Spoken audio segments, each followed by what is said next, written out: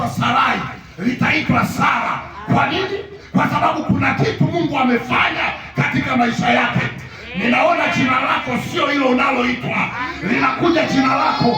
Yule Bwana anayesema nitakuita kwa jina lako, acha akawe Mungu wako kwenye ibada ya leo.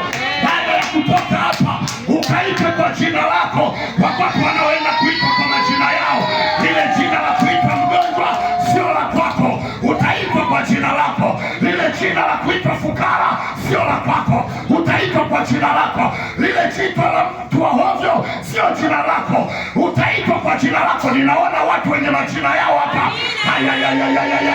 Hebu nisaidie kuambia watu wawili watatu, waambie utaitwa kwa jina lako, waambie utaitwa kwa jina lako, waambie utaitwa kwa jina lako. Hilo jina la udhaifu sio la kwako, utaitwa kwa jina lako. Hilo jina la aibu sio la kwako, utaitwa kwa jina lako. Hilo jina la fedhea sio la kwako. Ninaliona jina lako asubuhi ya leo.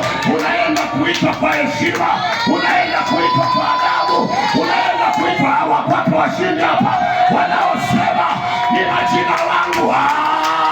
Waambie watu wawili watatu, waambie nina jina langu, waambie nina jina langu, waambie nina jina langu. Jina langu. Amen.